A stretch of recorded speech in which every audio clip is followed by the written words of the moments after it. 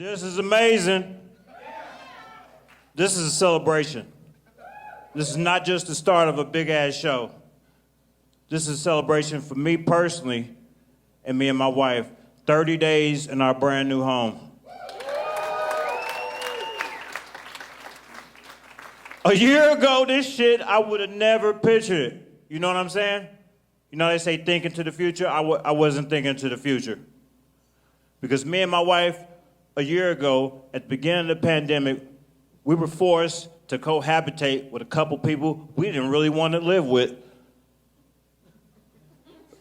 Our kids. I was like, let's get the fuck out of here. She's like, nah, we supposed to be getting another stimulus check plus the bump up pay. I was like, okay. And stand-up comedy wasn't even going on, man. People were switching careers left and right. And people were like, what did you do, Chris? I'll tell you what I did. I became an African-American culture professor. I'm just kidding, I got white stepkids. And don't get all weird on me. This shit is a little bit harder to look on CW. This shit is hard, man. Took a lot of effort. I had to tell them things they never heard as white kids before. Things like no. What's the other one? Bitch, you got me fucked up. You better check my motherfucking background. I'm not gonna have this bullshit. You feel me?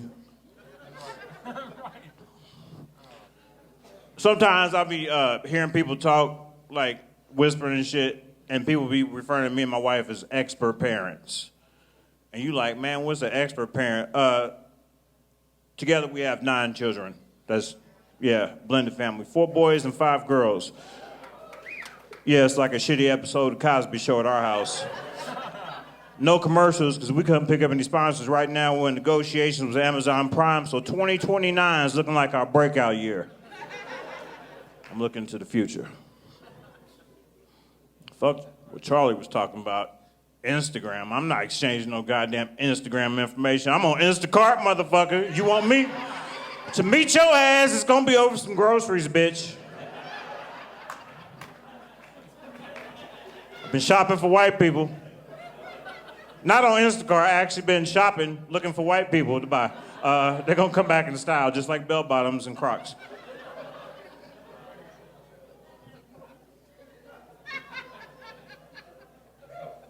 Thank you, Ric Flair. You sound so much younger in person. Parents out there in the audience, do you have a favorite child at home? There's some honest people in this audience tonight. And don't be ashamed if you answered. It's okay, because if you go home and wake your kids up and say, hey, do you have a favorite parent? Guess what? It's not going to be you. Sorry to break the news. It didn't take a major disaster or a pandemic for me to find out my kids didn't give a shit about me. You know why? Because I knew 3 years ago. Christmas time. From a gift, pair of socks. At the time, I used to refer to my middle daughter, Cameron, as my favorite child. She gave me these socks. Chris, this story is taking a turn. I don't understand where you're going with this. What else would you expect a 13-year-old to give a parent for Christmas? They don't even have a work permit. Yeah, that's true. Let me break down what kind of socks these were. These weren't Nike socks. These weren't even Journey socks on the sale bin. These were diabetic socks. And let me give you a little background medical information on me. I don't fucking have diabetes. And neither do I know anybody that has diabetes. I said, Karen, what's going on with these socks? She's like, oh yeah, I wanted to get you the energy socks, but I didn't have enough money because I wanted to go to a concert. So I just got you those socks. They just the same, you can grow into those.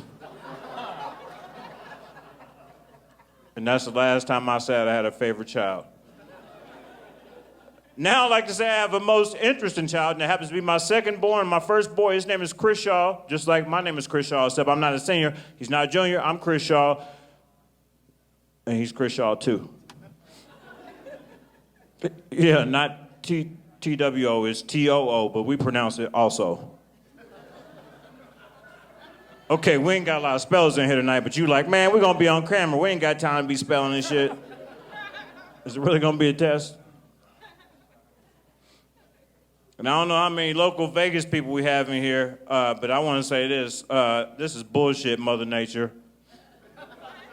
Yeah, I'm calling Mother Nature out right in front of everybody.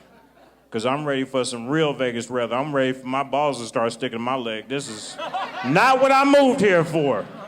You know what I'm saying? I want to feel the heat. No Miami. I deserve this shit. I work for this all my life because I come from a cold place, Indiana. And sometimes it just gets so cold there, I would close my eyes and travel to a nice warm place. And eventually, I went to that place, the Bahamas. Oh yeah, shit, I ain't gonna lie, man. I stayed at the Lance Resort. And anytime you bring up the Caribbean, people always have the same questions. Is the weather perfect? Pretty much. Right? Is the water crystal clear? All the way to the bottom. Well, how about the sand? Is it white? White as a ghost. All right, Chris, enough about the scenery. We want a little something about the marine life. Okay, Laughter After Dark, you talked me into it. I'll tell you everything you want to know about my great snorkeling adventures. I saw some sea turtles, seahorses, stingray, coral, peanut butter and jellyfish. This is a new species. They cut the corners off. This is tropical. Tropical. This place is full of magic. On the way out the door, I saw a lady. She had 6 toes. Oh, hell no, it's right. On 1 foot. And you're thinking, man, what's the big deal? I would have never noticed that. Yeah, if it was 6 toes all in a row. Me either. It's a little bit more difficult. She had one that was upper deck and the cheap seats. Yeah, cheap seats for the sports fans, scalper tickets. It looked like an apostrophe for other toes. It was hella disgusting. Confusing. She was good at picking up socks. Check this out, ladies. She painted a 6th toenail. Do you paint a 6th toenail if you have 6 toes? Or do you just paint the whole toe camouflage? That's crazy.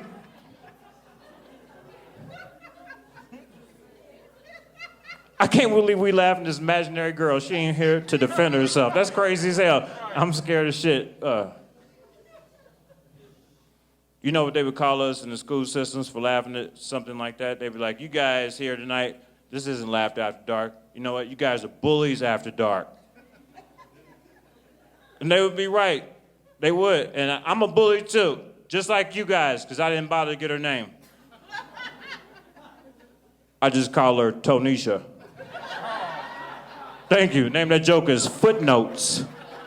This crowd is dope. Tonisha. Don't laugh, because you're going to see a Tonisha the next 3 months. You're like, man, that motherfucker had a vision. He be seeing shit. You're right. Sometimes, man, it's so crazy doing entertainment, because I be feeling the ups and downs of this shit. Because sometimes when at my shows, people be laughing, and sometimes they don't. Yeah, that's crazy. You know what that's called? Silence.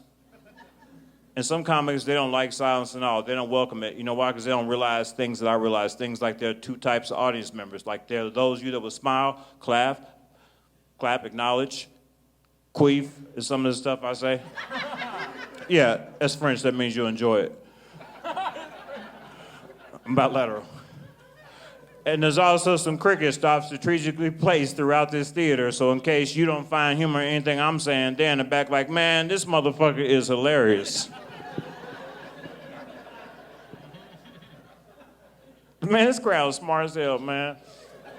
I was looking in the back of the room earlier, and I was like, man, these motherfuckers better be on board, because if not, I'm popping everybody's tire in here. Or I'm canceling your Uber ride.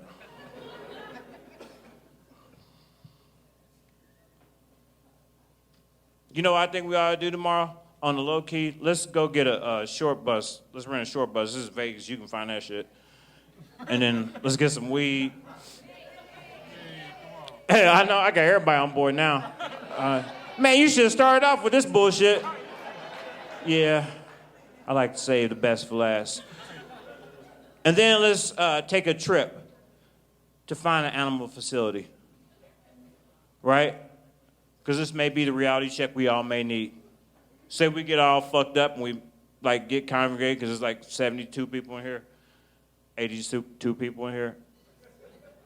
And then we go to this facility and we'll walk past this cage. You never know, it may be that special day where an animal may be waiting for us to walk past so they can slip us a note to let us know things aren't working out on the other side of the fence. Some animals don't have enough people to take care of them. Some actually make the animals take care of themselves. Syracuse, New York. Outside the pony cage, there's a placard that reads, "Please do not feed us French fries or fingers because we can't tell the difference." Yeah, oh really? You can't tell the difference between French fries and fingers, but you wrote a paragraph explaining such? Do I look stupid to you, pony? I love people watching. Sometimes I go to Walmart in the middle of the night to do that shit. You know where else you can go? To the zoo. Because as dumbass parents that go to the zoo, they sit around and watch Nick Jr. all day and think they know everything about animals. Hey, Billy, can you come over and take a look at these monkeys? Check out these monkeys. You love monkeys, Billy. And I'm like, hey, man, you need to stop that shit right now. That's politically incorrect. It's 2021. They're not called monkeys. They're called primate Americans. Okay, that joke was entitled "The Banana and the Tailpipe." Some of you fell for it, and the rest of you didn't see Planet of the Apes, so that made no sense at all to you. Hail Caesar. You guys ain't no real fans. I'm glad we all gathered here for a holiday. You know what I mean? She's like, holiday? Man, y'all don't even... Tax season, come on. Thank you, one person. It's not even about money, but I'm sure we'll all agree this is the only time of year you ever get to see crackheads dressed up like the Statue of Liberty. Thank you, Liberty Tax Service. I gotta get out of here, man. I gotta take these pants off before I leave a ball mark on them. You know, they don't take these back at Ross. 30 days or ball mark in parentheses. Thank you. I started doing crazy things during the pandemic that I would never done in my life. Like certain TV shows. My wife, she has me watching like My 600-Pound Life. She's like, no. That's a stupid show, right?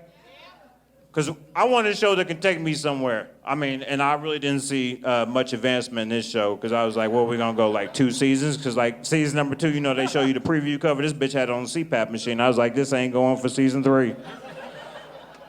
And I was wrong. I was wrong because, you know, they flipped that shit. They just created a spinoff. 1,000-Pound Sisters. Yeah, that was a spinoff, and I wasn't interested in that show at all because these bitches can't even ride on the elevator together. Did I lose somebody? I'm not making this shit up. Get on an elevator. Some motherfucker named Otis said it years and years and years ago. 1,000-pound weight limit, 2 fat bitches from TLC.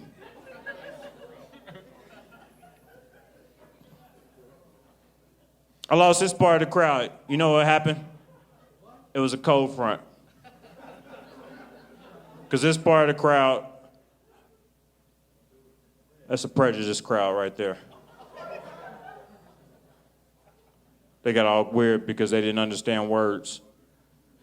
I didn't say the R word, I said prejudice. That's a whole nother chapter. And believe it or not, everybody tonight has a prejudice against something. All that means is you prejudge things before you even know how it works. Like I'm sure when I walked up here tonight, nobody in this audience considered the fact that I was an avid bird watcher.